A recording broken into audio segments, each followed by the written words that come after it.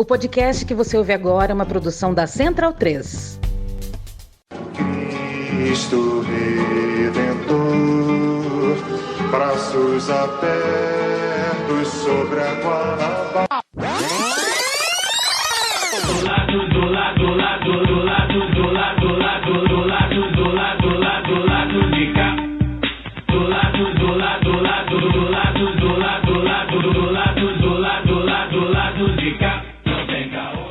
Bom momento, ouvintes da Central 3. Hoje é dia 17 de março de 2022. Eu sou o Caio Belandi e este é o Lado B do Rio 228. Mais um Lado B chegando no seu feed. Ao meu lado, aqui no Saui Studio, estou com o Daniel Soares, desfalcado do Fagner Torres, que teve aí uns probleminhas pessoais. Enfim, vinho paraguaio é complicado. Via Rede Mundial de Computadores de algum lugar do mundo, eu tô com a Luara Ramos. E hoje a gente vai entrevistar a Cláudia Maria Dadico, doutora em Ciências Criminais pela PUC do Rio Grande do Sul, juíza federal e secretária do Conselho da Associação Juízes para a Democracia e autora do livro Crimes de Ódio, Diálogos entre Filosofia Política e o Direito. E a gente vai direto para nossa entrevista. Cláudia, bem-vinda, obrigada por aceitar bater esse papo conosco. Eu brinco, que eu costumo abrir as entrevistas, né, com as perguntas bem óbvias, né, que é pra gente aqui, né, como entrevistadores, vocês, convidados como especialistas e os ouvintes, partimos do mesmo ponto. Então, eu não posso deixar de começar perguntando o que são os crimes de ódio, né, como é que se qualifica, os conceitos, o que diferencia.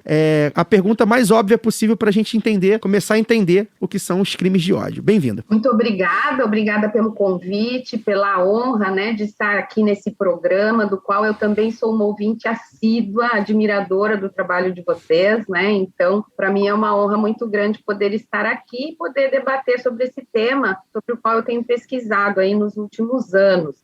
Crimes de ódio, qual o conceito? Exatamente esse é o ponto. Existe uma grande incompreensão, muitas vezes, acerca desse conceito, e essa incompreensão acaba resultando numa má aplicação, né, tanto da legislação, quanto efetivamente no enfrentamento desse fenômeno e desses crimes pelo sistema de justiça. Eu devo dizer que isso não é um privilégio só aqui do sistema de justiça brasileiro, mas, né, ao redor do mundo existe toda uma discussão exatamente sobre esse conceito e sobre a sua aplicabilidade.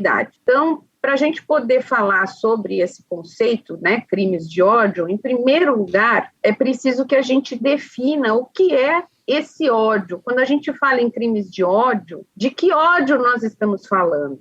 Seria desse sentimento? Seria de uma pulsão? Seria de uma emoção? Né? Isso são as abordagens um pouco mais tradicionais e que têm resultado, às vezes, numa aplicação um pouco falha da legislação e dos resultados propriamente ditos dessa legislação penal. Então, o que se propõe, na verdade, atualmente, nos estudos um pouco mais recentes sobre a temática dos crimes de ódio, sem desprezar essas abordagens mais tradicionais e abordagens de outros campos do conhecimento, como, por exemplo, a psicologia comportamental, a psicologia das massas, a filosofia, a antropologia, enfim, e abordagens mais centradas nessas dinâmicas entre indivíduos, né, entre A e B. No direito, a gente gosta muito de usar nomes latinos, né? Então, entre Tício e Caio, né, vamos dizer assim, mas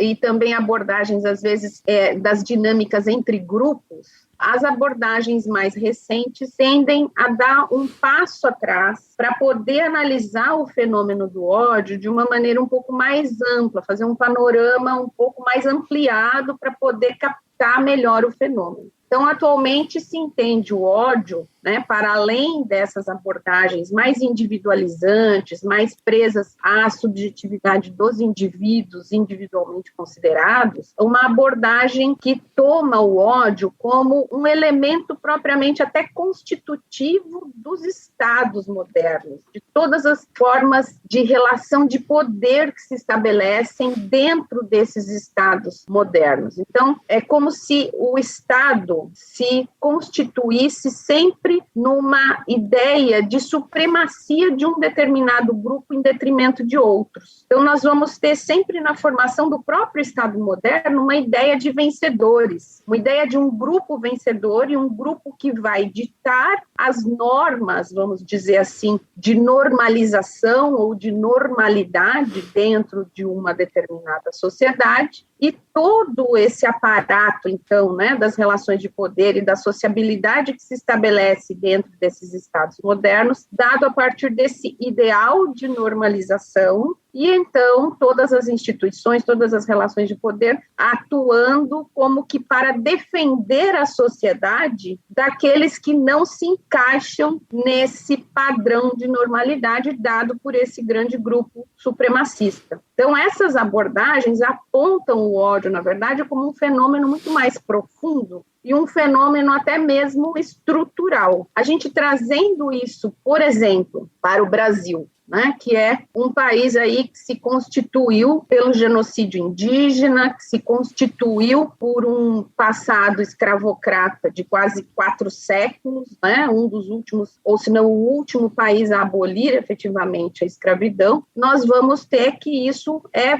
muito verdadeiro aqui para a nossa sociedade. Então, o ódio, né, seja sob a forma de ódio racial, ódio misógino, ódio homofóbico, as suas várias formas, suas várias manifestações, ele é propriamente um traço constitutivo, tanto do nosso Estado, das relações de poder, quanto da nossa sociabilidade. Então, a gente pode dizer que o ódio, né, em suas várias, e o ódio seria aí um termo, vamos dizer, aglutinador, né, dessas várias formas aí de intolerância ou de discriminação, enfim, né, as suas várias manifestações, ele seria um termo guarda-chuva para todas essas manifestações, ele é um elemento estruturante, né, tanto do nosso Estado quanto da nossa sociabilidade. Então, com essa compreensão é que a gente chega, né, no conceito de crimes de ódio. Então, é um crime, na verdade, que se pratica tendo em conta, né, que aquela vítima ela vai ser escolhida por um pertencimento real ou percebido a um determinado grupo que não se identifica com esse ideal do grupo hegemônico. E esse não pertencimento pode se dar, né, esse pertencimento da vítima a determinados grupos não hegemônicos, né, pode se dar por critérios raciais, por critérios de pertencimento a grupos LGBTQIA+, por sexo, orientação sexual, né, por religião, origem regional, nacionalidade, idade, capacitação ou a questão mesmo de ser uma pessoa com deficiência, enfim, né, vários critérios, né, ou traços ditos identitários ou por escolhas fundamentais desses grupos. Então, não sei se eu me alonguei muito, né, mas não, perfeito. Essa seria a compreensão um pouco mais recente, né, sobre os crimes de ódio e o ódio tido como essa questão assim um pouco mais profunda. Existe até uma certa tendência de, vamos dizer assim, banalizar um pouco, né, esse termo ódio. Eu ia até comentar isso, Cláudia, porque a gente fica às vezes, né, com o termo restrito, assim, ódio, né? Aí parece que a gente tá falando de crimes da cólera, né, da raiva, e não são necessariamente cometidos, né? A gente tá falando de um crime de ódio. Não é porque é o crime que está sendo feito com aquela raiva quente, da né? Cabeça, né? A gente às vezes passa essa mensagem. Passional. Né? Esse termo passa nem muito pela essa violência mensagem. física também, né? Pois é, né? Acho que esse termo acaba confundindo um pouco. Foi até bom você explicar, porque fica parecendo que assim, um crime, a pessoa não estava com raiva, então ela não comete um crime de ódio, né? Meio que confunde. Não, e pode até parecer paradoxal, né? Mas esses estudos mais recentes apontam que é possível que a gente tenha um crime de ódio, né, dentro dessa abordagem mais ampla, sem ódio, esse ódio emoção, né? Então, crimes de ódio sem ódio, vamos dizer assim. Crime de ódio, né, planejado, com a sangue frio. Não é necessário. Por alguém que te ama, né? Tem tudo isso. Exatamente. Então, a gente precisa primeiro realmente definir, discutir o que é esse ódio, né? E não é essa abordagem que coloca como uma mera emoção, né, como uma questão só individual, ela não satisfaz, ela não dá uma resposta adequada para o fenômeno, né? Então, ela tem sido progressivamente deixada para outros campos, mas não para essa compreensão dentro da criminologia ou dentro propriamente da compreensão jurídica, né, dos crimes de ódio. Olá, doutora Cláudia Maria Dadico, aqui quem fala é Luara. A senhora lançou o livro, foi em 2020, não é isso? Exato. Em 2020. E eu queria saber de onde que surgiu o seu interesse, né, pela pesquisa sobre esse tema especificamente. Teve algum fato? Ou foi algo que a senhora observou? O que é que te inquietou? Uma urgência? O que é que foi? Eu ingressei no programa de pós-graduação em Ciências Criminais ali na PUC do Rio Grande do Sul, né? Um excelente programa, né? Que me provocou muitas reflexões, e dentro ali da escolha do tema, realmente era uma época, 2016, em que o Brasil já estava vivenciando uma espiral crescente de ocorrências, né? Já naquele ano, a gente verificava assim, que existia relatórios, né? Apesar da gente não ter dados oficiais, né, produzidos pelo próprio sistema de justiça assim, em escala nacional, existiam, por exemplo, muitas ONGs, como, por exemplo, o Grupo Gay da Bahia, que traziam números que, ano a ano, estavam se mostrando crescentes. Então, me deparando com esses números, com essas ocorrências, e com uma certa lacuna nos estudos criminológicos e nos estudos do direito penal, né, do sistema das ciências criminais brasileiras, eu verifiquei que havia realmente um espaço para se trabalhar. E exatamente esse conceito, com essa abordagem um pouco mais ampla, eu me ressenti realmente na nossa literatura das ciências criminais de uma abordagem sobre essa questão, por isso o meu interesse. E aí os meus colegas, né, brincam comigo, dizendo que quando eu escolhi esse tema, eu abri o portal. Eu não tenho todo esse poder, era apenas uma brincadeira, mas o fato é que de 2016 para cá a gente só viu esses números crescerem de maneira muito preocupante e verdadeiramente avassaladora, né? Mas houve um momento assim, é uma coisa de abrir um portal, ou esse portal, né, ele já existia, né? Com certeza, né? É uma brincadeira. Na verdade, como a gente propõe esse conceito, no sentido de que o ódio é propriamente até um elemento constitutivo do Estado, ele sempre está aí. Uhum. É como se tivesse, vamos usar aí uma imagem, né? É como se o ódio fosse um rio subterrâneo que está sempre ali correndo. E é muito fácil acioná-lo, né? Então, se a gente não tem uma sociedade propriamente vigilante, se a gente não tem uma sociedade propriamente engajada num esforço de enfrentar essa questão, de realmente não deixar com que esse tipo de ocorrência se manifeste, né? A gente tem uma cultura, uma construção verdadeiramente de uma cultura de paz, né, em antítese a uma cultura de ódio, ele vai aflorar, porque essa é a tendência, vamos dizer, natural, né? Então, na verdade, ele sempre esteve aí, né? Aí, agora é que a gente realmente está se deparando muito mais com essas ocorrências por vários fatores. Um dos fatores que talvez estejam, assim, nos forçando a ver, né, escancarando isso para todo mundo ver, são as redes sociais, né? As redes sociais, elas funcionam propriamente como um grande facilitador, porque esses grupos de ódio, por exemplo, eles têm vários fóruns, e a Deep Web, por exemplo, né, que é a internet profunda, ela favorece muito que esses grupos se comuniquem entre si, troquem informações, combinem, façam, né, grandes diálogos ali, usando essas ferramentas, e a internet, as redes sociais que são propriamente públicas, né, que todo mundo pode acessar, também, de certa forma, mostraram para nós, né, toda essa virulência, toda essa possibilidade, efetivamente, de que o ódio possa estar aflorando, né, às vezes até pessoas muito pacíficas, né, pessoas, às vezes, até muito comuns, que vão fazer, efetivamente, o uso de expressões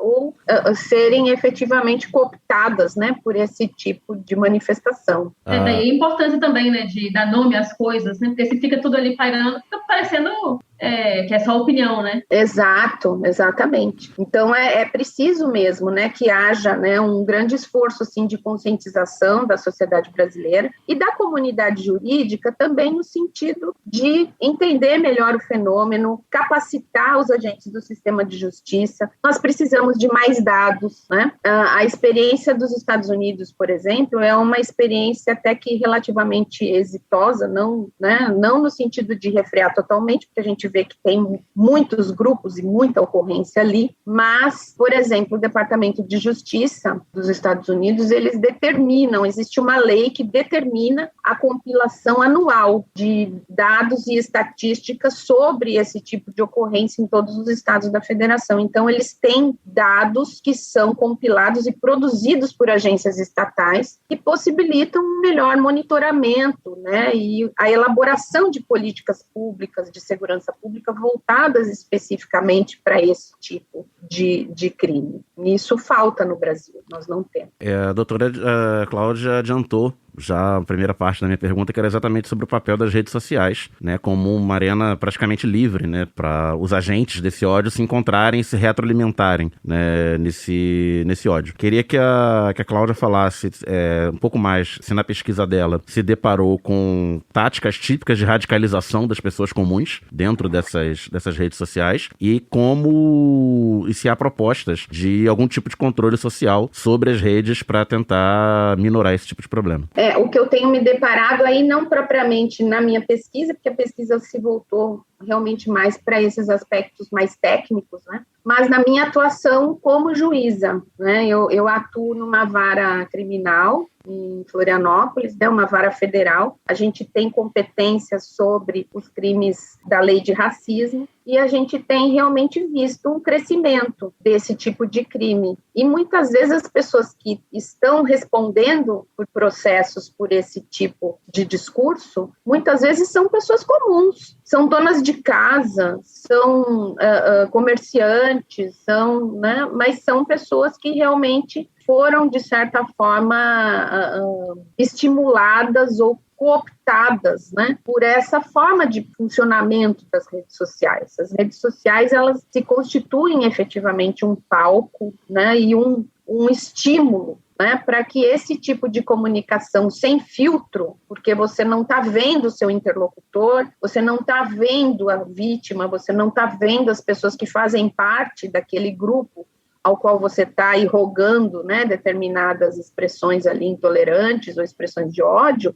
Então, isso facilita com que isso seja realmente praticado. E, claro, né, aí a gente, dentro dessa maior compreensão do ódio como esse elemento que constitui realmente as nossas relações de poder e de sociabilidade. Mas uma das coisas, se você também me permite abordar, né, quanto à questão da internet, e que é particularmente preocupante, é a questão da cooptação de jovens por grupos neonazistas. Esse é um aspecto muito preocupante, e que o Brasil não tem política pública nenhuma, né, para o enfrentamento dessa questão. Veja que é uma questão que já preocupa, por exemplo, a ONU, né, lançou um relatório já em 2019 sobre a questão do crescimento dos grupos neonazistas e neofascistas ao redor do mundo, conclamando os países a que se preocupem especificamente com essa questão da cooptação dos jovens. E no Brasil não há nada. Né? Não há nenhuma política pública, não há sequer dados, não há nenhum tipo de preocupação nesse sentido. E a gente vê que, né, infelizmente, existe um grande engajamento de jovens nesse universo. E aí as redes sociais e os novos meios tecnológicos, né? Então, os jovens, particularmente, eles são muito expostos, por exemplo, ao mundo dos jogos online, onde eles se conversam entre si, onde se estabelece ali uma comunicação entre os participantes do jogo, né? E muitas vezes esses jogos são jogos de ódio, são jogos em que o inimigo eleito ali no jogo, ele é realmente o diferente, ele é o outro, ele é o participante de outra etnia, de outra raça, de outra, né? Ele é o outro, ele não é a identidade hegemônica. E com isso se cria, né, culturalmente uma cultura de ódio ao qual esses jovens estão expostos. Então, isso se sente, né, e de uma maneira crescente, esses grupos neonazistas que estão em franco crescimento no Brasil, cooptando determinados jovens ali, né, muitos jovens, para esse tipo de prática criminosa. Isso é muito preocupante. Peço licença ao amigo ouvinte, à amiga ouvinte do Lado B, para dar uma pausa no programa e passar os nossos recadinhos. Considere se tornar um apoiador do Lado B na Aurelo, a primeira e única plataforma que remunera os podcasters a cada play. Você pode nos apoiar a partir de R$2, com direito a conteúdo exclusivo e participação em sorteios. Se você já é apoiador pelo Padrim ou pelo PicPay, considere migrar para Aurelo. Por enquanto, a Aurelo só aceita cartão de crédito. Saia da caixinha, teste a Aurelo e ajude ainda mais o Lado B. Para quem não pode ou não quer ajudar financeiramente de maneira mensal, regular, mas quer pingar uma merreca no Lado B de vez em quando, pode fazer o Pix para ladobedorio@yahoo.com. Compre a sua camisa do Lado de Cá Não Tem Caô, vendida pela Zeta Nossa em parceria com o Lado B, em www.zetanossa.com.br. Você também tem 15% de desconto nas compras com o cupom LADOB15. O ouvinte do Lado B tem 10% de desconto na veste esquerda com o cupom LADOB. Acesse www.vesteesquerda.com.br. O sorteio para apoiadores do Lado B é um oferecimento da Camisa Crítica. Ouvinte também tem 10% de desconto no cupom LADOB no site www.camisacritica.com. Conheça a WeCreate, a escola de idiomas parceira do Lado B. Aprenda inglês, espanhol e francês em uma escola de idiomas criada e gerida por 2 professores de luta, sem nenhum especulador bilionário por trás. Acesse www.wecreateidiomas.com. Siga também nossos parceiros nas redes sociais. Desculpe atrapalhar a sua audição, obrigado pela atenção e voltamos à nossa programação. Cláudia, depois da saída do nosso ex-apresentador e um dos criadores, o Alcísio, a gente acabou perdendo o nosso representante da ala jurídica do programa. E eu sou um bacharel em Direito, muita gente não sabe, mas eu sou um bacharel em Direito, eu tenho mais de 10 anos formado em Direito. E há mais de 10 anos não trabalha com Direito.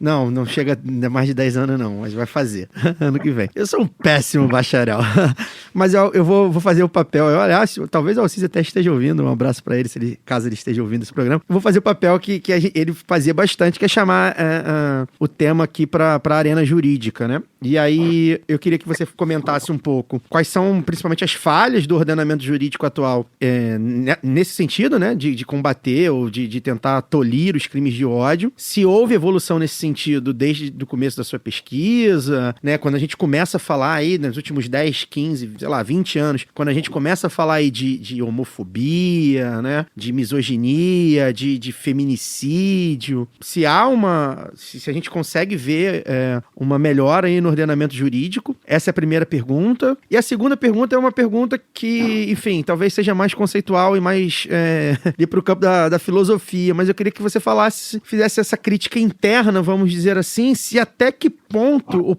a própria justiça, como ela é feita, como ela foi desenhada, como ela atua, se ela também não é um pouco ou muito cúmplice, vamos dizer assim, para deixar ou partícipe, né, para deixar aí no vocabulário jurídico, desses próprios crimes de ódio, né, porque a gente tem visto, por exemplo, né, aqui de cabeça, eu lembro de uma cidadã que é desembargadora aqui do Rio de Janeiro, famosa, você deve saber quem é, mas eu não vou nem citar o nome, eu não vou citar assim, Marília Neves, é a desembargadora, que ela cometeu toda sorte de crimes de ódio, desde principalmente a morte da Marielle. Na manhã seguinte do assassinato já estava espalhando fake news. E aí, por que é crime de ódio, né? A gente tá falando de uma mulher LGBT, negra e tudo mais. Mas assim, teve depois coisas sobre pessoas com síndrome de Down, enfim. Tô citando ela porque ela é a mais conhecida. Não, e como ela é desembargadora, quando ela espalha essa fake news, ela dá credibilidade, porque aí você vem no seu grupo do colégio, a mulher é desembargadora, ela sabe das coisas, ela não tá falando à toa.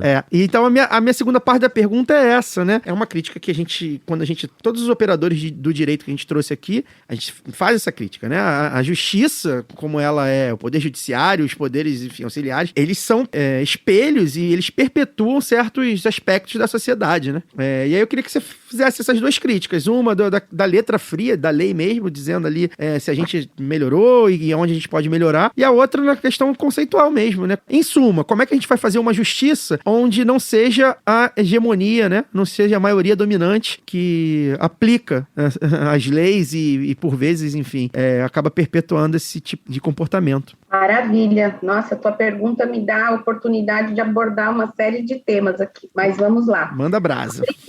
A primeira, questão de melhoras na lei, né? Aí realmente já está bem no objeto da minha pesquisa. A gente verifica, assim, 2 momentos quanto à questão do enfrentamento do ódio no sistema normativo brasileiro. O primeiro momento antes da Constituição de 1988 e um segundo momento depois da Constituição. A Constituição seria um grande marco aí, né, um divisor de águas nessa questão do enfrentamento do ódio. Antes da Constituição, quando a gente faz uma pesquisa ódio na legislação criminal brasileira, né, o meu foco foi o direito criminal na minha pesquisa, a gente vai verificar que o termo ódio, principalmente ódio racial, o ódio político, ele foi utilizado pela primeira vez, pasmem, pelas leis de segurança nacional. Então, ali, né, mais ou menos década de 30, governo Vargas, enfim, né, o termo ódio foi utilizado pela Lei de Segurança Nacional, mas não com o intuito de proteger os grupos estigmatizados ou os grupos vulnerabilizados pelo ódio. Mas se utilizou o termo ódio racial, ódio religioso, ódio político, no sentido de criminalizar os grupos que defendiam os interesses dos vulnerabilizados. Então, como havia ali um crescimento dos sindicatos, um crescimento do movimento negro, o movimento negro já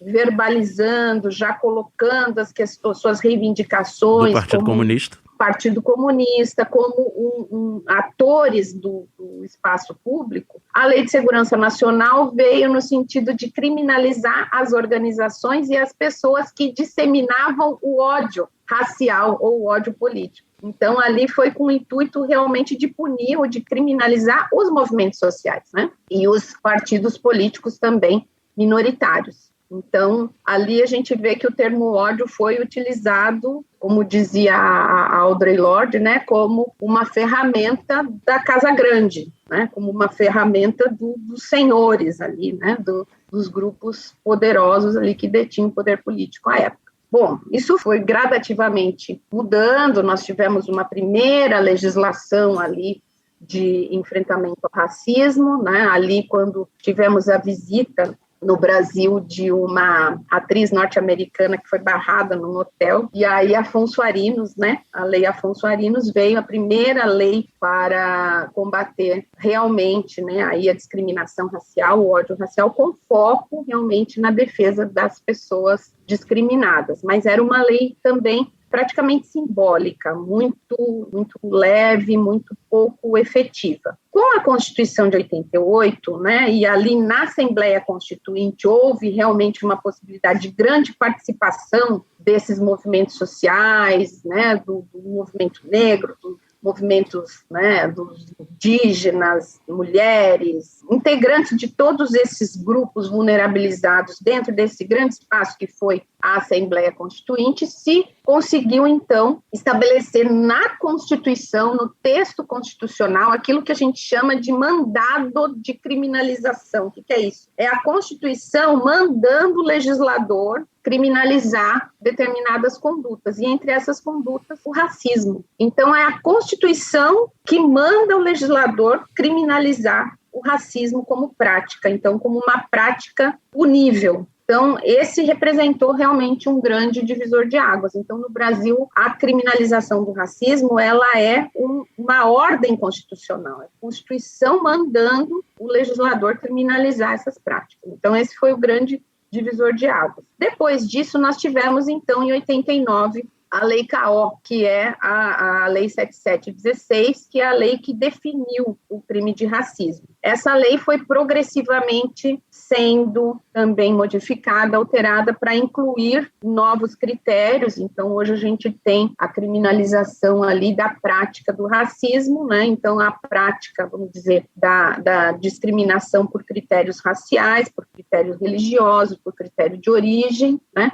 Por critério de etnia. Faltava nessa legislação a questão atinente aí a outros grupos vulnerabilizados. E, muito especificamente, aqui no nosso caso brasileiro, né, nós temos uma incidência muito grande de crimes violentos contra pessoas LGBTQIA+.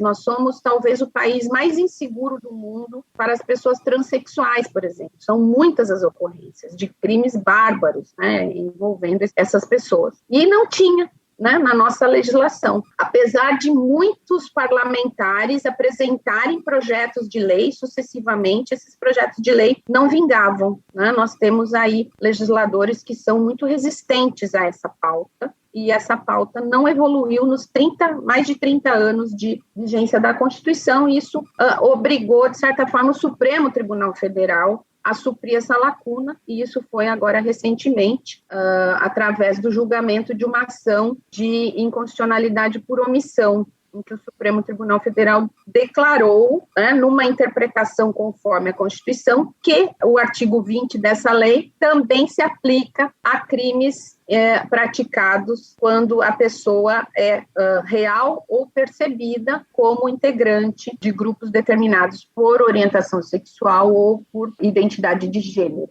né? Então, esses foram os avanços. Agora, a nossa legislação, se o sistema de justiça quisesse, tá? Se tivesse realmente uma boa compreensão, um preparo e até, vamos dizer, uma vontade política, ela seria uma legislação bastante eficaz. Mas o que acontece? Né? Se invocam determinadas insuficiências para deixar de punir alguns fatos. Então, por exemplo, a nossa legislação diz, olha, é crime a prática do racismo. E aí, num parágrafo, ele vai dizer, olha, também é crime você utilizar de forma pública símbolos alusivos ao nazismo, tais como a cruz suástica, né, e outros. Então, faz uma enumeração ali de alguns símbolos. Então, os operadores do sistema de justiça, o que fazem? Olha, só esses símbolos aqui que são crime. Se a pessoa utilizar qualquer outro símbolo, e a gente sabe que, por exemplo, se tratando aí de nazismo ou mesmo de fascismo, né, inspirados ali nas experiências da década de 30 e 20, 30 do século 20, a iconografia, os símbolos são quase infinitos. Né? Um símbolo nazista, por exemplo, neonazista hoje em dia, é a utilização da bota preta com cadarço branco, porque o cadarço branco fica em cima da bota preta, então se alude a uma supremacia branca. É um símbolo neonazista. Mas aí o que dizem as pessoas? Não, isso não é criminalizado, porque não está especificamente ali na lei como o símbolo. Então, na verdade, a nossa legislação, ela já permitiria, mas o sistema de justiça, às vezes, faz uma interpretação muito restritiva. Então, por essa razão, alguns dizem que seria realmente o caso de se fazer uma revisão, no sentido de melhorar a legislação ou de criminalizar outras condutas. Há lacunas, né? Então... Há lacunas. Embora... Comentarista de TV que diz que deu tchauzinho, né? Quando tava fazendo saudação. Por exemplo, né, a nossa legislação, ela criminaliza especificamente o nazismo, mas ela não criminaliza o fascismo. Sim. Então, o uso de símbolos fascistas, sim, por exemplo, aquele secretário da presidência que numa sessão do Senado fez um gesto com a mão que é um gesto do fascismo italiano. Isso. Por que ele escolheu um gesto fascista e não um gesto nazista? Porque ele sabe que tem essa lacuna, né? E símbolos podem ser criados também, né? Não precisa você pegar lá de trás, podem criar, e aí a gente não vai... Acho que também o direito trabalha muito com a coisa do fato, né? Precisa acontecer para poder tipificar. E isso, ao mesmo tempo que protege a nossa liberdade, ela também nos coloca em contato com algo que vai que pode ferir a nossa liberdade, a nossa existência mesmo, né? Exatamente. E, na verdade, a legislação deveria se ater muito mais à intenção com que esse símbolo foi criado e com que esse símbolo está sendo utilizado, né? É a contextualização, né? Uma contextualização, exatamente. Até os parâmetros internacionais, né, das organizações internacionais e tratados, né, colocam que uma das questões para se avaliar se a mensagem realmente é de ódio é o contexto. É o contexto e, né, uma das coisas também que se valoriza é a posição ocupada pela pessoa que está produzindo aquela mensagem ou aquele discurso. E aí, com isso, eu faço o link com a segunda parte da pergunta do Caio. Ele fala se, né, ele me pergunta se a justiça aí, né, não estaria sendo cúmplice ou partícipe, de certa forma, né, trouxe o exemplo aí da desembargadora Marília, para ilustrar a sua pergunta, né, e eu respondo que sim, a justiça, de fato, tem deixado muito a desejar nesse campo. E aí existiria tanto uma questão que me parece aí, né, uma necessidade realmente de capacitação desses agentes, mas muito mais do que isso, o sistema de justiça inserido dentro desse grande quadro que traz o ódio como esse elemento constitutivo, né, do Estado e da nossa própria sociabilidade. Então, nós temos muitas vezes o sistema de justiça como um espelho, como um reprodutor de práticas de ódio. Ao invés de ser aquele elemento que vai refrear, que vai, né, atuar contra essa tendência, ele, na verdade, tem atuado em muito, né, majoritariamente, como um reverberador do ódio, como um reprodutor do ódio, como um naturalizador do ódio, infelizmente. O exemplo da desembargadora talvez seja um, né, porque, de fato, ali não houve efetivamente, né, uma punição, mas ela não é a única, né? Existem muitos outros juízes, desembargadores. Recentemente veio o caso, né, de uma sentença penal em que a juíza colocou na sua fundamentação que ali a pessoa só podia ser a criminosa porque ela tinha determinada cor de pele. E então, por isso, né, ela corresponderia ali a uma figura que está, né, dentro da sua cabeça de juíza, né, como a figura do criminoso. Então, ele só poderia ser realmente o criminoso. Então, né, é uma sentença que se baseia em estereótipos, que são estereótipos dados realmente por esse grande contexto, por esse ódio constitutivo, né? Então, de fato, né, o sistema de justiça não só não está preparado, né, então realmente demandaria capacitação, mas ele precisaria realmente, vamos dizer, receber um grande choque, assim, para que ele pudesse parar ele próprio de produzir, né, muitas vezes são os juízes, desembargadores, promotores, enfim, que estão a produzir esse discurso ou mensagens de ódio, então isso é muito preocupante. Tem muito magistrado, parece que está lendo só Lombrosa, né? Exato. Está levando a sério. Então, isso, né... Com 150 anos de atraso intelectual. Exato. Então, isso é muito, muito preocupante, né? A gente vê, por exemplo, que os marcos internacionais, né, ali, tanto da ONU quanto da OEA, né, essas agências que estão preocupadas aí no enfrentamento do ódio, no enfrentamento, mas conciliando-se com a liberdade de expressão, né, colocam que a posição ocupada pelos agentes públicos, ela é uma posição que ela própria pode, né, deve, na verdade, ser considerada quando a gente vai analisar aquele conteúdo, aquela mensagem como produtora de ódio, né? Os agentes públicos, né, Caio, você que aí é formado em Direito... Não me complica não, Cláudia, que muito tempo atrás.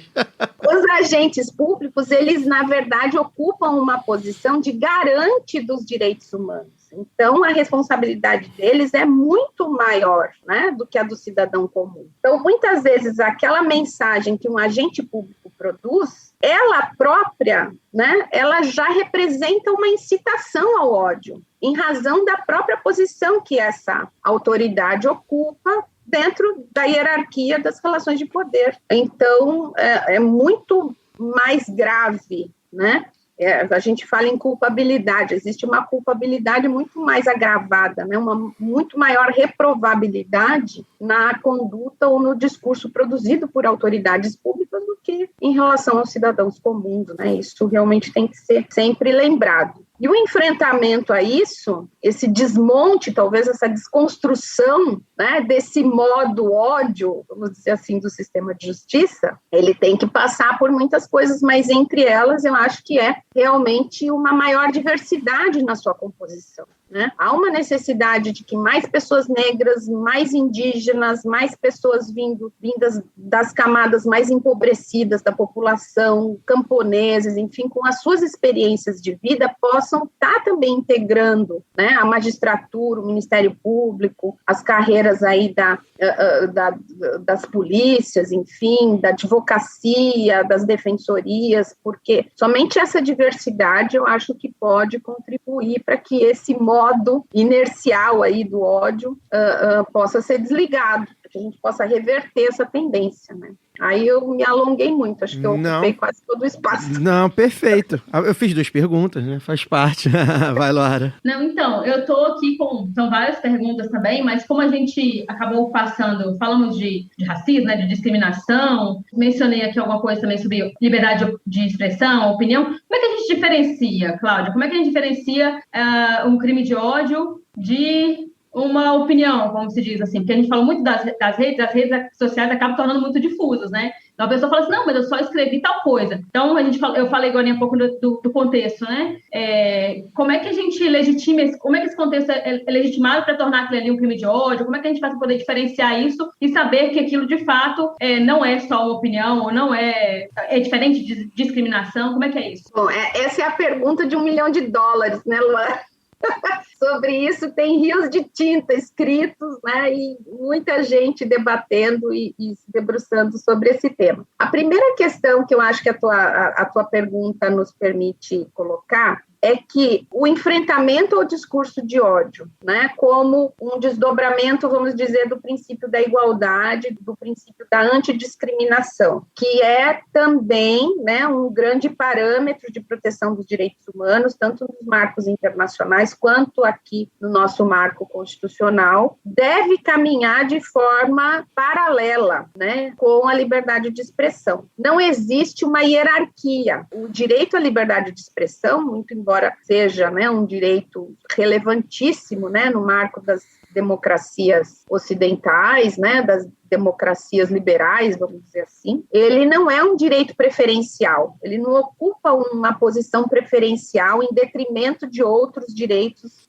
fundamentais. Então, eles devem realmente estar conjugados, eles ocupam o mesmo patamar, né? Então, o grande desafio aí dos juristas e dos estudiosos de direito é realmente encontrar esse balanço, esse equilíbrio, essa concordância prática, que a gente diz, né, entre o princípio da antidiscriminação, da igualdade, representado pelo enfrentamento ao discurso e aos crimes de ódio, e a liberdade de expressão. Então, esse seria o grande vetor, vamos dizer assim. E aí, esses marcos internacionais, eles dão para nós alguns critérios. Primeiro, que a gente pode ter o discurso de ódio criminalizado, que seria aí, né, as formas mais graves, em que a gente teria o recurso propriamente à legislação penal, e o discurso de ódio não criminalizado, né? Que aí você pode também ter um enfrentamento extrapenal, por exemplo, com responsabilidade civil ou com uma responsabilização dentro, por exemplo, do marco civil da internet. Então, existem outras formas também de se enfrentar o discurso de ódio que não se esgotam propriamente no recurso ao direito penal. Então, o direito penal ele deveria ficar reservado realmente para aquelas formas mais graves, né? Tanto de discurso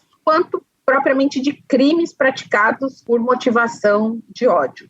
No campo do discurso, então, existem algumas recomendações. Então, a gente pode, por exemplo, levar em consideração o próprio conteúdo, a forma como esse discurso foi produzido, se esse conteúdo realmente representa uma mensagem que tende à exclusão daquela identidade, né?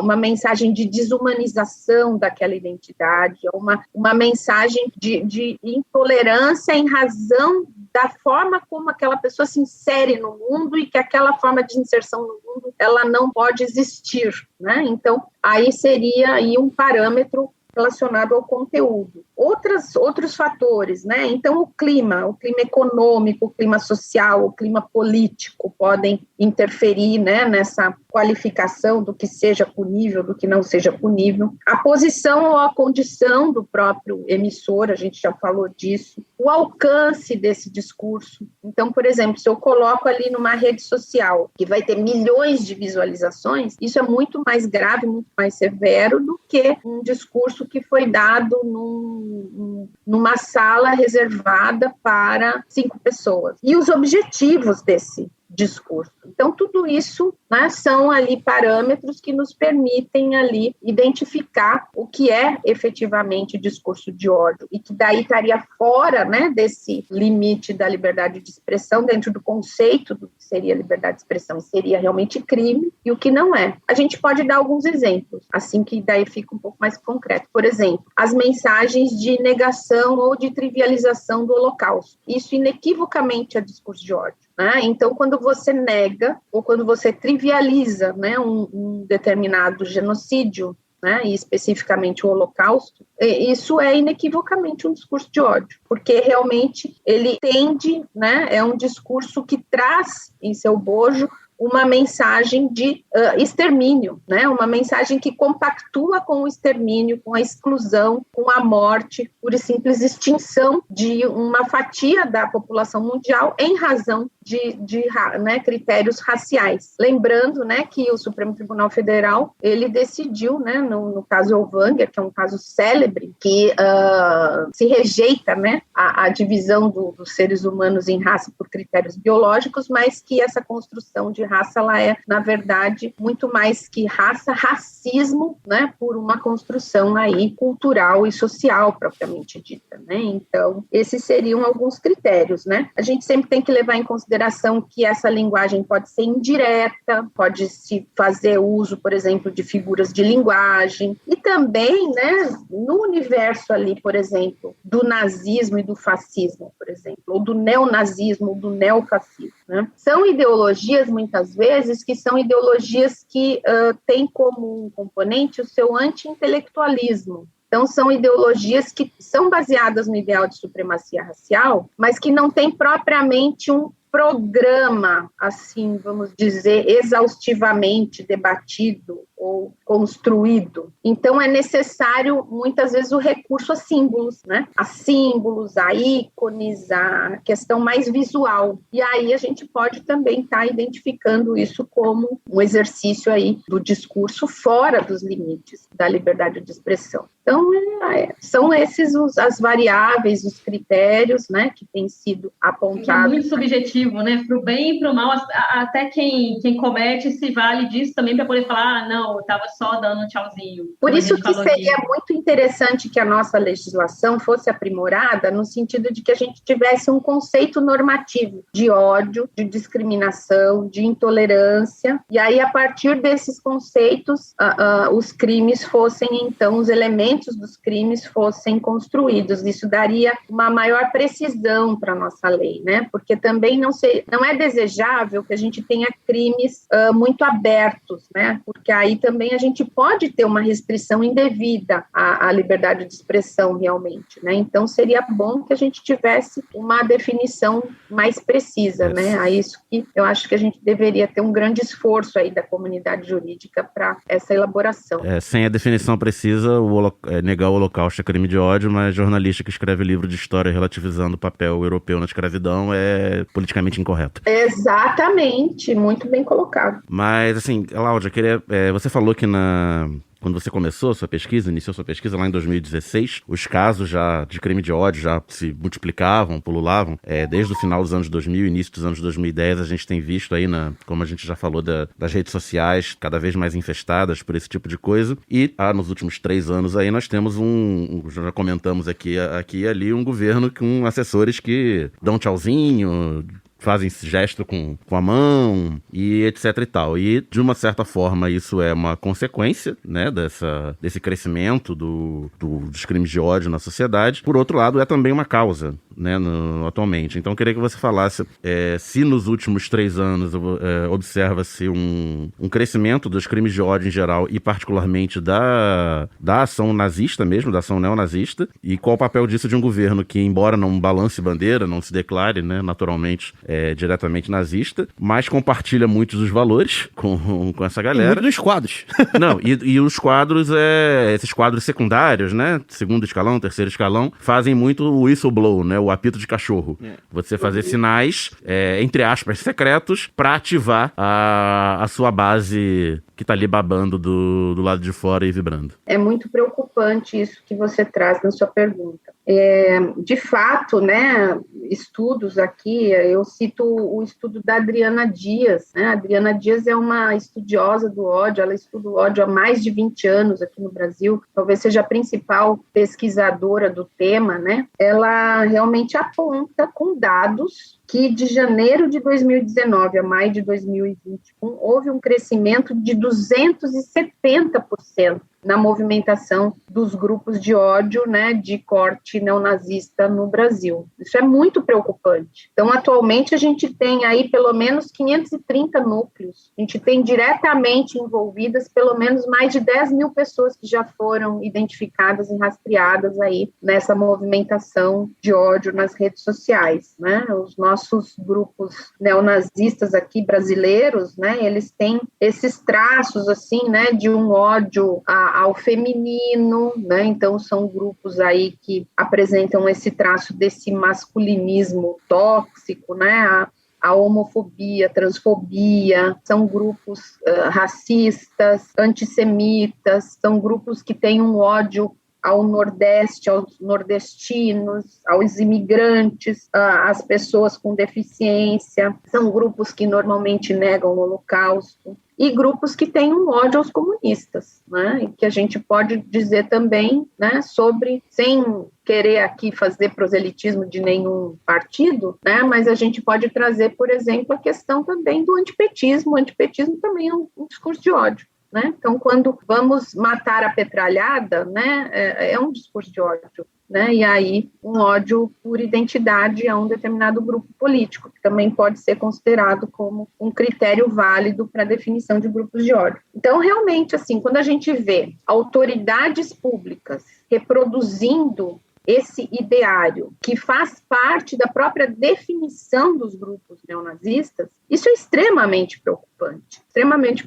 exatamente porque a posição de comando, a posição de poder ocupada por essas autoridades, ela por si só representa já uma mensagem de incitação, uma mensagem de autorização, uma mensagem de naturalização desse tipo de violência por ódio. Então, não é à toa que nós temos visto também, além do crescimento da movimentação dos grupos neonazistas, a gente também tem verificado um aumento também no registro de crimes de transfobia, de crimes contra pessoas integrantes aí dos grupos LGBTQIA+, feminicídios, tudo isso é muito preocupante, né? Exatamente porque existe aí, de certa forma, um respaldo político a esse tipo de discurso e a esse tipo de prática. E um discurso produzido por autoridades públicas, isso não sou eu que estou dizendo, né? São as agências internacionais, né? A ONU, a OEA, os comitês aí de monitoramento de aplicação de convenções contra racismo, né? Até os comitês aí que tratam de liberdade de expressão, eles trazem exatamente essa mensagem de que esse respaldo político a esse ideário, quando é produzido por autoridades públicas, ele por si só já representa uma mensagem de incitação, e a incitação sempre é criminalizada, né? Dentro aí dos marcos internacionais de enfrentamento ao ódio. Então, isso é muito, muito preocupante, de fato, né? Essa questão trazida por você na sua pergunta, a resposta é afirmativa, né? É como se houvesse uma grande autorização para que esse tipo de prática pudesse ser feita, e isso reverbera também no sistema de justiça, não é? Porque aí a gente também tem autoridades que são complacentes, autoridades que, né, de certa forma, não, ele só estava brincando. Ah, ele não quis dizer isso. Ah, não, aqui, na verdade, eu cheguei a ver um parecer esses dias de, não, aqui realmente, né, a pessoa usou uma saudação nazista, usou símbolos nazistas, mas ela não tinha uma intenção antissemita. Então, é um nazismo sem antissemitismo. Eu não sei como se conseguiu essa elaboração, mas tudo para retirar aí a responsabilidade criminal da pessoa. Então, é muito preocupante. Ele acha swastika bonitinha. É absurdo. É absurdo. Exatamente. Não, é a economia pujante de Hitler que ele... Ele admira o complexo industrial militar alemão. Bizarro. É muito complicado, mas enfim, né? Então, esse respaldo político a esse tipo de ideia, eu também tenho que dizer, né? Que a gente está vendo aqui no Brasil, mas não é privilégio do Brasil, não é privilégio brasileiro. É um fenômeno mundial. A gente verificou, né, recentemente ali nos Estados Unidos, no governo Trump, né, em vários outros governos, em vários outros países. Então, não é um privilégio nosso, infelizmente, mas aqui a gente tem um palco privilegiado, né, atualmente, para a produção desse tipo de mensagem e para essa grande mensagem aí de impunidade, de naturalização, de complacência a esse tipo de mensagem, a esse tipo de discurso. Muito preocupante mesmo. Cláudia, rapidinho, Lara, 2 minutos. Vou aproveitar que ela citou uma passagem sobre essa coisa estar internacionalizada, né? E tinha uma dúvida, vou aproveitar e fazer, daqui a pouco você faz a sua. 2 minutinhos aí. Vou aproveitar que você falou sobre ser um fenômeno mundial, e de fato a gente tem visto aí, né, em todos os países grandes, assim, do mundo. E aí eu queria saber se tem algum país que tem um ordenamento jurídico, para além da questão social, né? De fato, um ordenamento jurídico que você tenha visto aí nas suas pesquisas, ou que tenha trocado aí figurinhas com outros pesquisadores de outros países, que a gente possa se espelhar, né? Porque muito se falou, por exemplo, a gente costumou ouvir que por causa do nazismo, a Alemanha era um país que tratou melhor dos seus crimes de preconceito e de ódio do que outros países ali da Europa Central, enfim, e até da América Latina mesmo. E aí eu queria saber, assim, tem algum país que está um pouco mais avançado nessa questão, que já está, de repente, ou se antecipando ou combatendo isso de uma forma um pouco mais metódica e um pouco mais concreta do que o Brasil e os Estados Unidos? A gente tem algum país aqui que possa usar de exemplo, vamos dizer assim? Sim, temos, né? E aí são várias iniciativas e várias normas que a gente pode estar citando aí como casos, como boas práticas, né, do ponto de vista normativo. O caso da Alemanha que você traz, eu acho que é um exemplo muito bem sucedido de marco normativo para a internet.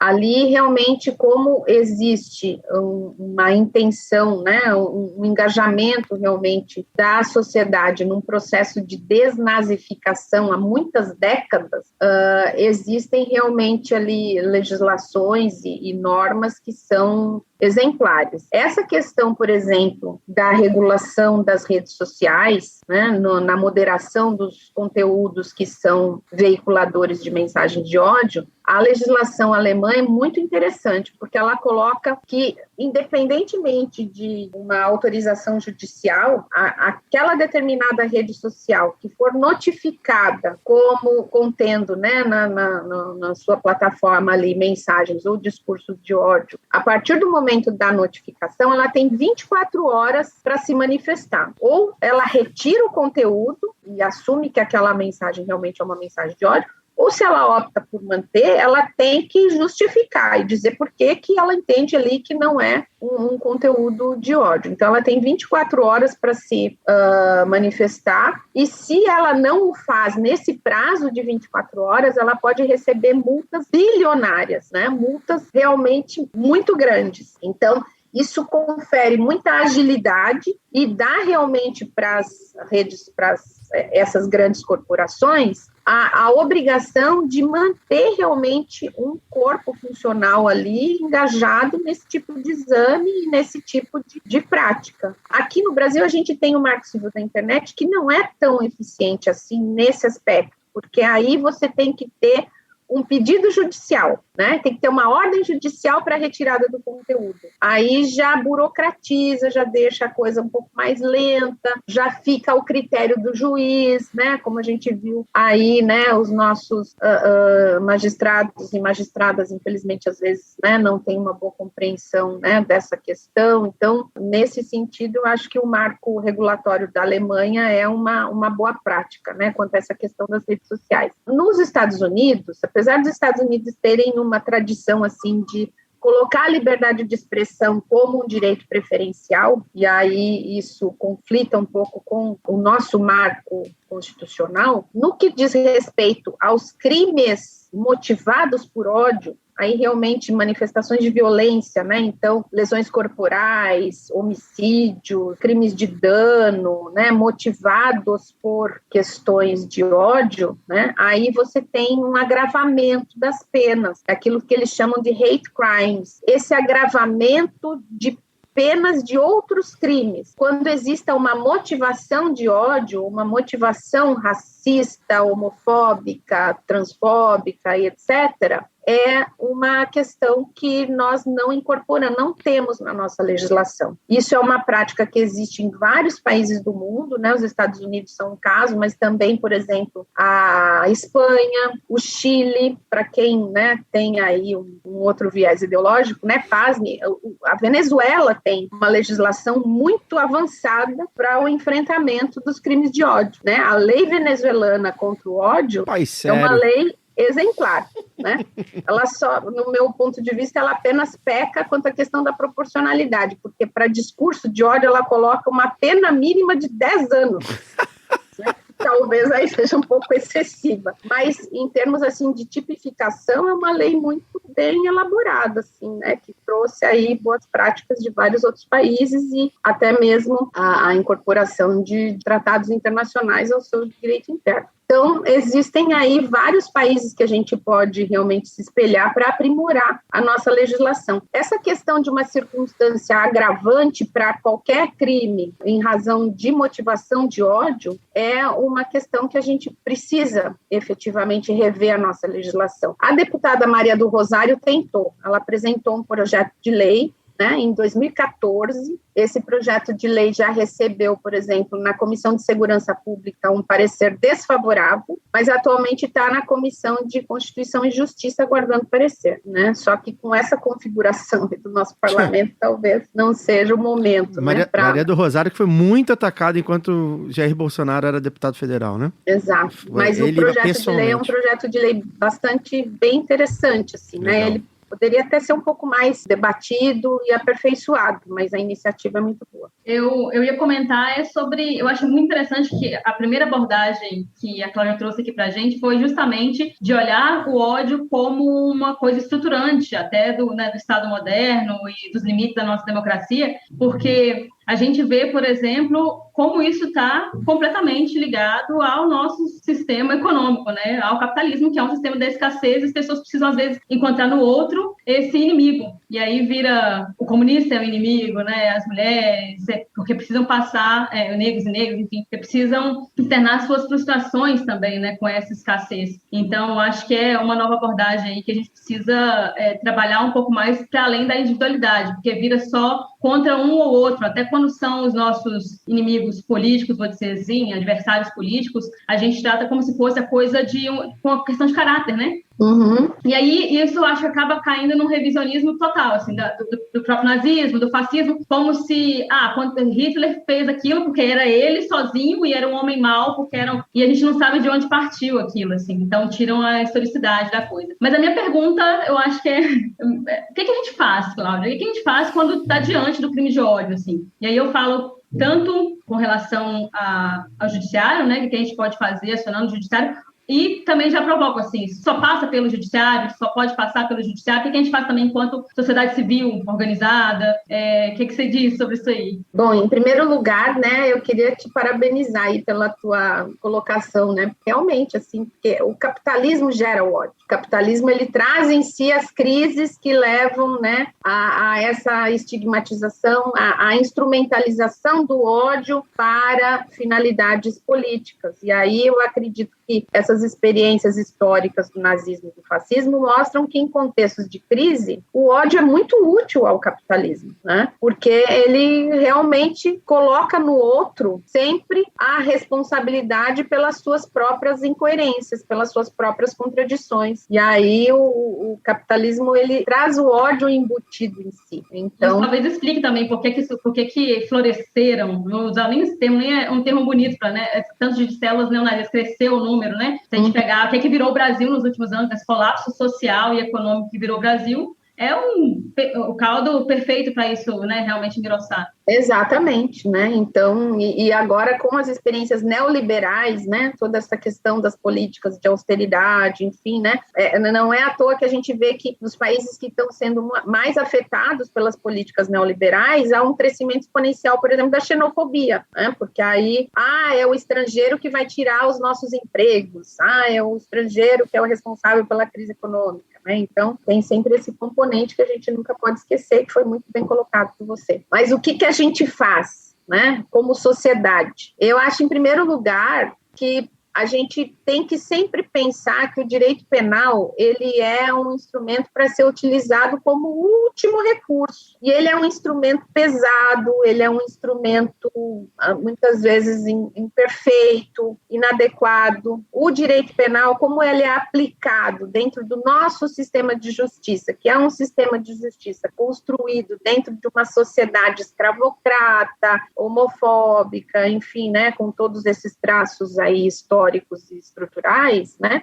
Ele tende sempre a ser um instrumento que vai, ao invés de proteger os grupos vulnerabilizados, muitas vezes ele vai ser utilizado contra esses próprios grupos. Aí, realmente, né, o direito penal, ele merece aprimoramentos, ele merece uma capacitação, né, do sistema de justiça, claro, mas ele tem que ser reservado, né, para os últimos casos. A gente precisaria, eu acho, né, ter um esforço muito mais integrado da sociedade, a gente teria que ter políticas educacionais, a gente teria que ter propagandas, né, nos transportes públicos, nos espaços públicos, mensagens de diversidade, de tolerância, de valorização, né, das pessoas pela sua forma de estar no mundo, né, a gente teria que trabalhar, eu acho que desde ali da primeira infância, a gente teria que ter políticas públicas, realmente, né, de enfrentamento do ódio, teríamos que ter um engajamento muito maior, né, de toda a sociedade,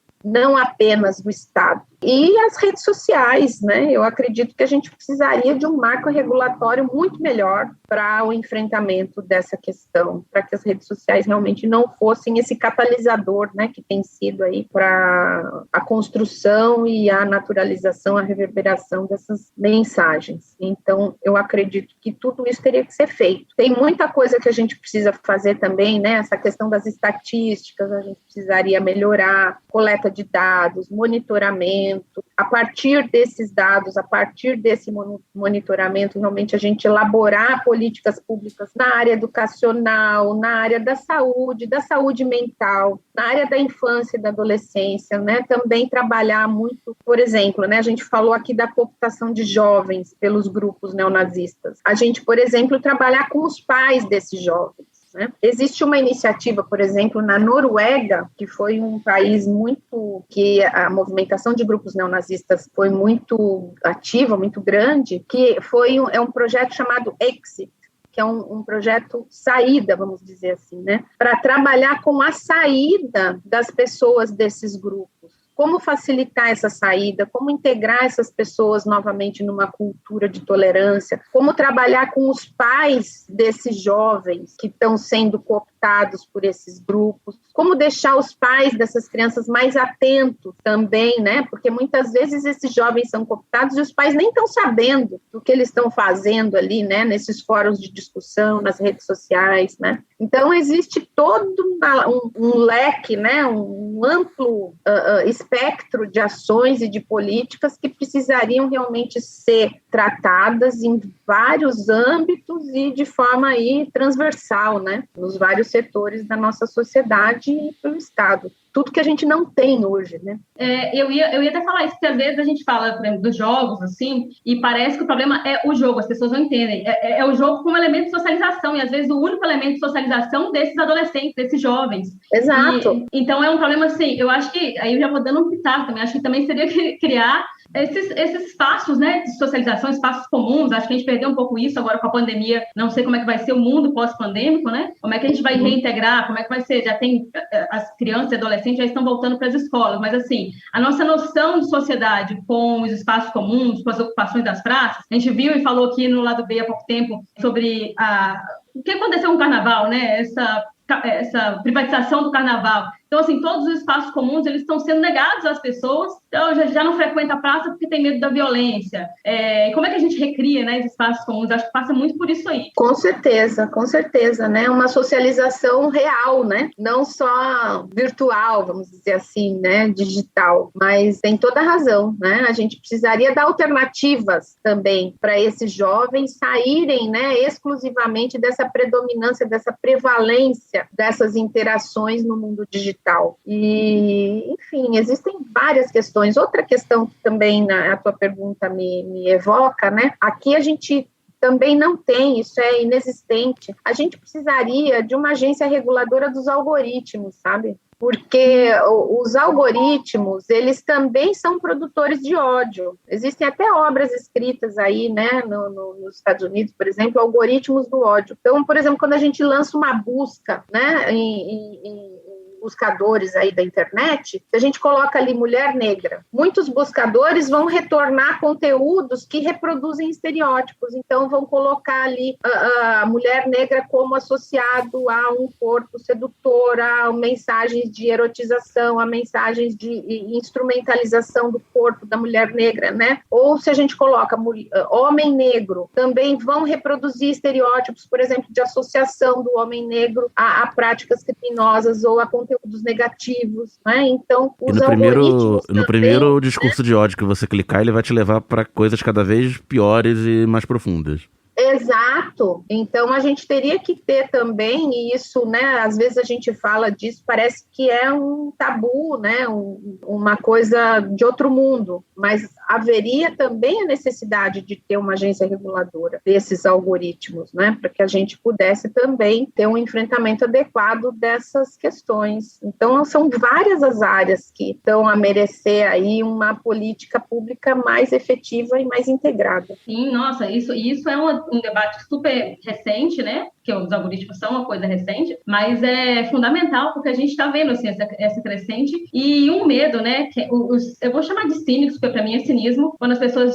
não querem mexer porque acham que todo tipo de regulamentação é uma restrição de liberdade, quando na verdade o que se propõe de mais moderno mesmo e que eu acho que tem que seguir nesse sentido, é de que essas big techs, né, essas gigantes da tecnologia, elas participem e sejam responsabilizadas. Exato. Porque não pode ficar pairando ali, né? Não é simplesmente você restringir, mas dizer a que veio, contextualizar, e a partir do momento que se contextualiza, aí a máquina que ela não aprende, ela aprende sozinha a partir de um conteúdo, né, de uma mãozinha ali humana. Ela vai aprender de acordo com o que a gente quer se desenvolver enquanto sociedade. Exato. O que se diz hoje é que não, qualquer coisa que mexer ali, qualquer regulamentação é restrição. Não, né, é um equívoco, né? Associar a questão da regulamentação a uma censura prévia, né, ou alguma restrição à liberdade de expressão. Pelo contrário, é você, com a regulamentação, criar um ambiente propício para que o debate público seja feito de uma maneira saudável, que a liberdade de expressão possa ser exercida por todos. Porque o que acontece? Esse também é um debate bastante presente ali, né, no direito. Quando você permite a produção de um discurso de ódio sem qualquer tipo de freio, o que vai acabar acontecendo? Vai acabar acontecendo que essas minorias, grupos sociais que não são minoritários, né, minoritários do ponto de vista político, né, no ponto de vista de poder, mas esses grupos que são as vítimas preferenciais do discurso de ódio, elas vão se silenciar, elas vão se sentir silenciadas, elas não vão participar, não vão se sentir estimuladas a participar do debate público. Então, na verdade, a regulação, ela tende a assegurar condições para que todos possam participar de maneira igual, de maneira isonômica, respeitando aí os óbices e os obstáculos que são colocados de maneira preferencial para alguns, em detrimento de outros, para que todos tenham a possibilidade de participar, né? Então, a regulação vem nesse sentido, de assegurar a igualdade de condições de participação. E é uma coisa que parece bem óbvia, porque a gente viu aí nas últimas eleições, e aí vou pegar principalmente nessa última eleição presidencial, né? O uso imenso de robôs, então do algoritmo para, inclusive, modificar decisões, moldar, melhor dizendo, decisões políticas. Quer dizer, essas tecnologias, ou quem detém o poder sobre elas, precisa responder socialmente, né? E nem só responder no sentido de ser responsabilizado, mas também de explicar, porque como é uma coisa nova, as pessoas precisam estar cientes ao que elas estão submetidas. E a gente pode entrar para outras áreas também, como se a gente pegar algoritmos que já tentam hoje, assim, já moldam predizem os nossos desejos, né? Se a gente está falando de liberdade, igual eles dizem, que liberdade é essa? Será que o que eu quero mesmo, ou é só porque eu estou vendo aquele anúncio o tempo inteiro? Né? E essa provocação, os liberais, por exemplo, não fazem. Exato! Que liberdade é essa, né? Porque, né, você trouxe aí o exemplo das eleições, né? E isso aí foi uma prática que foi documentada, né? Aquele documentário Privacidade Hackeada nos mostra. Não só esse documentário, como pesquisas realmente que foram feitas, por exemplo, aqui na Universidade Federal de Pelotas, né, nós temos aí estudos nesse sentido, mostrando que os algoritmos, a partir, né, da captação de determinados dados que você vai deixando ali, né, os seus rastros, né, que você vai deixando nas redes sociais, elas também vão direcionando para que a gente só interaja dentro das nossas bolhas. Então, até a liberdade de eu escolher o meu interlocutor, ela está sendo cerceada pelos algoritmos, né? Eu não posso escolher realmente livremente com quem eu estou falando. Eu só estou falando com aquelas pessoas que estão dentro da bolha, que são aquelas pessoas que eu sei que compartilham ali da mesma ideologia, das mesmas preferências. Então, na verdade, eu estou sendo cerceada, porque eu não estou falando com todo mundo. Eu só estou falando com quem está dentro da bolha. E essa manipulação das bolhas, né, é que tem trazido aí talvez o aprofundamento dessa polarização, né, e essa dificuldade que a gente está tendo aí de construir um debate político mais saudável, mais programático, né, um debate político realmente mais democrático, isento aí, não isento, mas com um pouco menos, né, de discurso de ódio aí permeando esse debate. Consequentemente, os nossos espaços comuns que a gente falou, né, fica cada vez mais difícil. Exatamente, que nem no ambiente digital a gente tem um espaço comum verdadeiramente construído, né? Ele é guiado por esses algoritmos que estão totalmente livres, né? Sem nenhum tipo de regulação. Os algoritmos estão livres, mas nós não, né? Perfeito. Inclusive, sobre esse assunto, a gente rememora e convida todos aí que estão nos ouvindo, para ouvir o Lado B do Rio 197, que a gente falou sobre segurança digital com a Nina da Hora. Foi a minha estreia até como apresentador. E a gente falou, entre vários assuntos de questões digitais, a gente fala sobre isso, né? Sobre a responsabilidade das grandes empresas e grandes corporações aí que tomam conta da internet. O algoritmo parece essa coisa, né?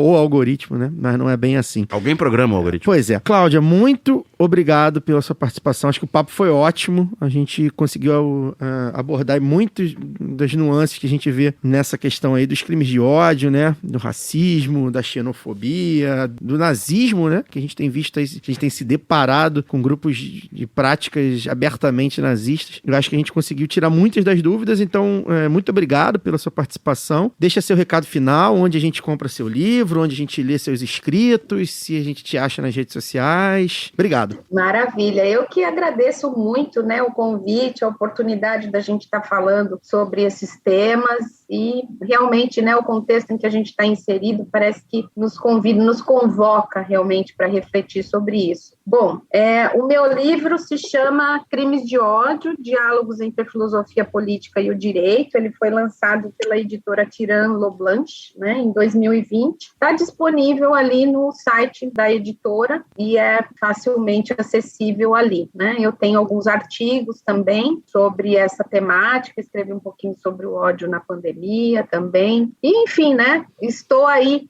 à disposição de vocês, qualquer hora, para a gente, se quiserem que a gente aprofunde algum aspecto do que a gente conversou aqui durante esse programa, vou estar sempre às ordens, né? E é um prazer sempre estar com vocês e com os ouvintes qualificados aqui desse podcast, que é um dos melhores aí. Obrigado. Nossos ouvintes são tão qualificados que alguns vêm aqui dar entrevista pra gente, que é o caso da senhora, né? Então, muito obrigado mesmo. Luara, valeu, boa noite. Valeu, Luara, boa noite. Boa noite, Caio. Boa noite, Daniel, Fagner, que vai nos ouvir depois. E boa noite especial para a nossa entrevistada. Obrigada, doutora. É sempre muito bom receber mais mulheres aqui, ainda mais com temas, né, tão potentes quanto esse. Potentes no sentido de que a gente precisa realmente debater e desenvolver para potencializar a nossa estrutura enquanto sociedade, né? Enquanto sociedade pretende sobreviver neste mundo e não se matar, né? Não nos matar uns aos outros. Então, espero que os ouvintes também tenham aproveitado, como a gente aqui sempre aproveita, né, bastante os nossos entrevistados. Valeu. Com certeza. Eu sei que já esse programa, pela minha experiência, esse programa amanhã vai ser muito bem falado. Daniel, valeu. Valeu, Caio. Valeu, Luara. Obrigado, Carlos. Obrigada ao Caio, à Luara e ao Daniel.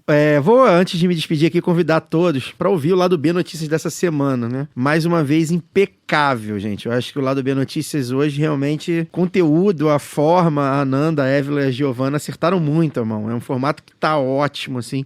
Eu hoje, assim, não tenho a menor dúvida que o Lado B Notícias é tão importante pra gente, como enquanto veículo, quanto este Lado B aqui, né, tradicional de entrevistas e debate. Então, vou convidar todos, né, pra ficarem sempre ligados às terças-feiras, pra gente entender aí melhor os assuntos da semana, né? A Ananda pega um assunto, entrevista alguém, destrincha. A gente falou do PL da mineração essa semana, e a Évila falou sobre comunicação e hegemonia. Foi bem legal mesmo. Ouçam. E falando na equipe do Lado B Notícias, semana que vem tem edição especial desse Lado B aqui. Pois é, eu ia dar esse furo aí, mas o Daniel já me falou, né? Eu vou continuar dando os meus recados, né? Dizer também que a gente atrasou a volta do documento Lado B, que é exclusivo aí para apoiadores pela Aurelo. A gente não teve em fevereiro, mas a gente vai compensar e sairão 2 episódios esse mês em comemoração ao centenário do PCB, do Partidão. Então, na semana que vem, a primeira parte da história e na outra semana sai a segunda parte. Aliás, falando em Aurelo, gente, vou ressaltar aqui a importância de vocês apoiarem a gente por lá, né? Se você é aquela pessoa mais conservadora em matéria de aplicativo de podcast, né? Gosta de ouvir aquele sueco, ou então aquele da maçã, enfim, tudo bem. Mas ao menos nos apoie pela Aurelo, né? Quem já é apoiador, por exemplo, pelo Padrim, no cartão de crédito, dá pra migrar seu apoio pra Aurelo, né? Cancela lá no Padrim e vai lá pra Aurelo. De preferência, ouçam também, né? Pela Aurelo. Mas se você não consegue desapegar do seu app de preferência, tudo bem, ao menos migre seu apoio, use a Aurelo como plataforma de apoio ao Lado B. Por fim, o Franco Lamping e o André Vieira foram os apoiadores que não responderam aos nossos e-mails. Então vejam seus e-mails ou entrem em contato com as nossas redes sociais para vocês escolherem e receberem seus brindes da camisa crítica, tá bom? Bem, a gente fica por aqui. Este foi o Lado B do Rio 228. Até semana que vem, como o Daniel já adiantou, um episódio especial, um formato, uma formação, um time diferente. Eu acho que vocês vão gostar. Até semana que vem.